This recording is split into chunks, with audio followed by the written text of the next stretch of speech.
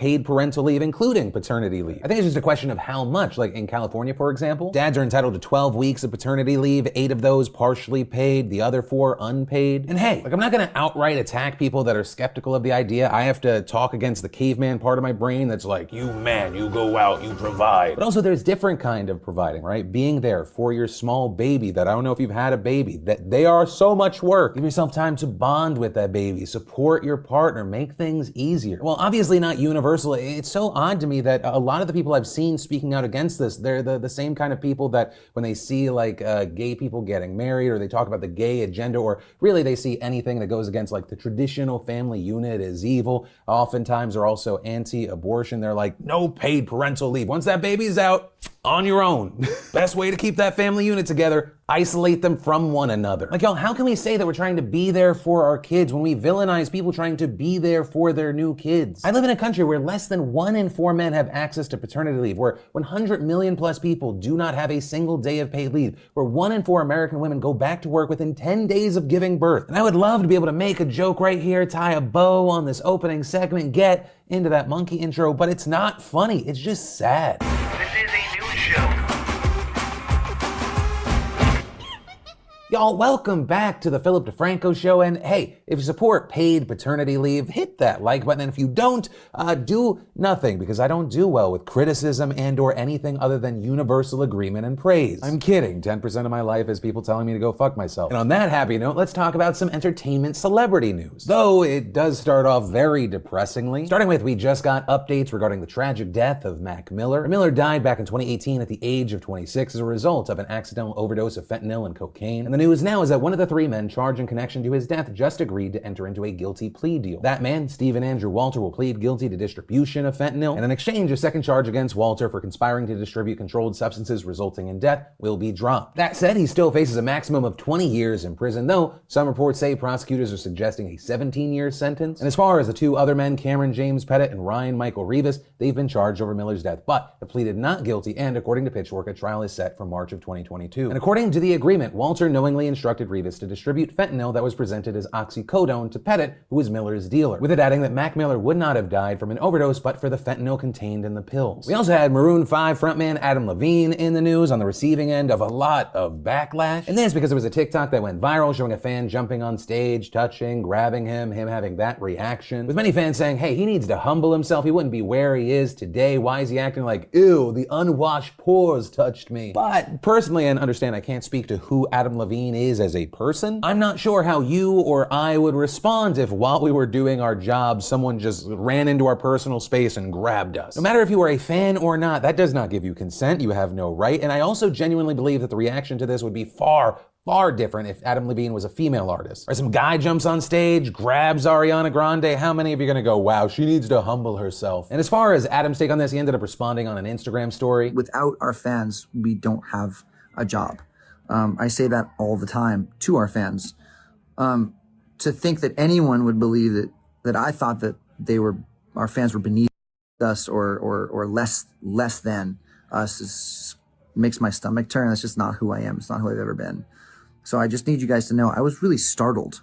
And sometimes when you're startled, you have to like shake it off and move on because I'm doing my job up there. But from that, I want to take a quick second to thank the sponsor of today's show, Juneshine. Juneshine is a hard kombucha made with real organic ingredients with just 2 to 3 grams of sugar per can. Brewed with the finest tea, fruit, and spices in San Diego, Juneshine is the better for you alcohol that's refreshing, gluten-free, and easy on the digestive system thanks to the probiotics. Right? Not a fan of weird wine hangovers? Swap out red wine for the midnight painkiller. Trying to keep your carbs low? Switch out that beer for Juneshine's Hopical Citrus. And I gotta admit, I was skeptical at first. I was like, kombucha? Like, I'm not that guy. But I really do appreciate not feeling so full and lethargic after drinking a few and still feeling great the next morning. And best of all, Juneshine conveniently delivers nationwide straight to your doorstep so you can always have it in the fridge. And even for all you Juneshine lovers that are out there already, my code even works for you. Doesn't matter if you've purchased before. This is the first time ever, and the deal will not last forever. So head on over to JuneshineDeFranco.com and use code DeFranco to get 20% off. But like I said, even if you're not usually a kombucha drinker, I think Juneshine's worth a try. Then in business, money, crypto, I'm not gonna touch it because I got those paper hands news. Let's talk about Shiba Inu. And if you're only vaguely familiar with crypto, you know things like Bitcoin, Ethereum, Litecoin, Celo, etc. But there is an absolute slew of altcoins. Many of them just belong in a dumpster, but every now and then a rocket shoots out of that dumpster, and so far Shiba Inu is one of those things. With outlets reporting that as of today, the Shiba Inu coin for the year is up 60 million%. It just sounds like a made-up number. The snapshot as of recording just in the past day, it's up over 77%. The last week, 203%. The last month, 1100%. You know, much like we saw with Doge, it's made a lot of people crypto millionaires overnight. In fact, you had Morning Brew tweeting out, this wallet bought roughly $8,000 of SHIB last August. It's now worth $5.7 billion. From 8K to $5.7 billion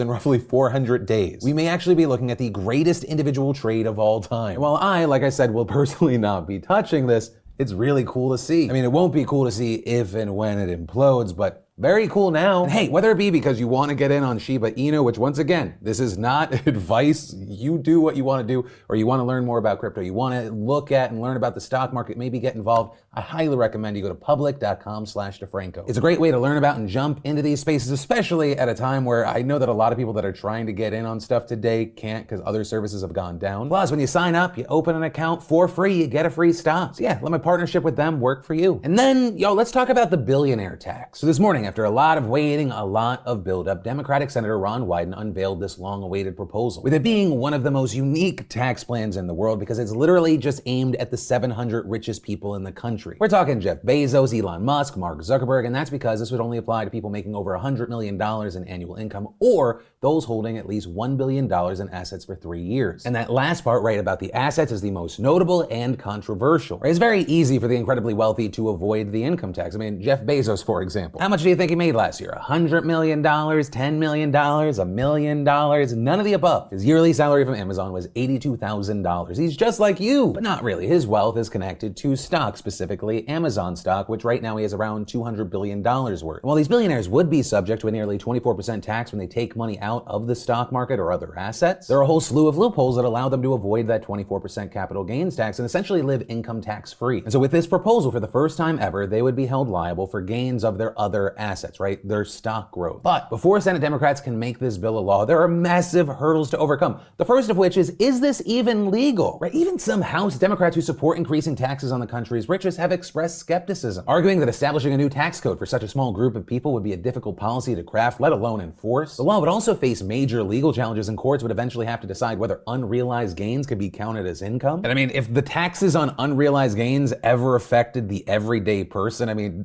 everyone who voted and made this possible would probably be voted out of office. But let's say this bill does eventually become a law, despite all the skepticism, despite people going, is it even legal? Well, many have noted and argued that even then, billionaires are very likely just going to find another loophole to avoid paying taxes. For example, you have Senator Mitt Romney arguing on Fox News that it could push innovation overseas, also adding, these multi-billionaires are going to look and say, I don't want to invest in the stock market because as that goes up, I'm going to get taxed. So maybe I will instead invest in a ranch or in paintings or things that don't build jobs and create a stronger economy. Elon Musk also pushing back against the bill, saying eventually they run out of other people's money and then they come for you. With others pushing back, saying, no, they've been coming for our money, now they're just trying to also come for yours. Though on the other side of this argument, and starting with specifically on the other side of this Elon Musk situation, you have people saying there are very few things that are more different than how much money Elon Musk makes and how much money you make. Noting that Elon Musk made $36 billion on Monday alone. But also, if I was Elon Musk, I wouldn't be a fan of this. It's estimated that Musk would actually have to pay $50 billion of his $280 billion fortune within the first 5 years of the plan, with Bezos estimated to have to pay $44 billion over that same time period. And as far as what this money would do from all these billionaires, you have Senate Democrats hoping to potentially use that money for Biden's $1.5 trillion Build Back Better plan. But ultimately, with the makeup of Congress we have right now, I think, this is all kind of hypothetical. There's no way I see this going through. In a 50-50 split Senate where Joe Manchin is a person that exists, there's no way this goes through. Even today, you had Manchin saying he's not a fan of the billionaires tax, instead saying he'd rather a minimum 15% patriotic tax, and adding there's a patriotic duty that you should be paying something to this great country. But hey, maybe I'm wrong. Maybe Manchin uncharacteristically flips on something. Maybe they tweak this thing to a point where everyone can get on board. I don't personally see how that's going to happen, but I'm just one idiot, and so I'll pass the question off to you. What are your thoughts regarding this idea of a billionaire's tax? Do you love it? Do you hate it? Are you somewhere in between? Are you kind of worried about the slippery slope aspect of it? Any and all thoughts you have on this, I'd love to hear from you in those comments down below. well. Then we should definitely talk about COVID vaccine and treatment news, starting with the fact that the FDA's advisory panel has now issued a recommendation to allow the Pfizer vaccine to be given to kids between the ages of 5 and 11. But Greg put the keys down. That doesn't mean you can go out and get the shot right now. It still needs to be approved by the FDA itself, though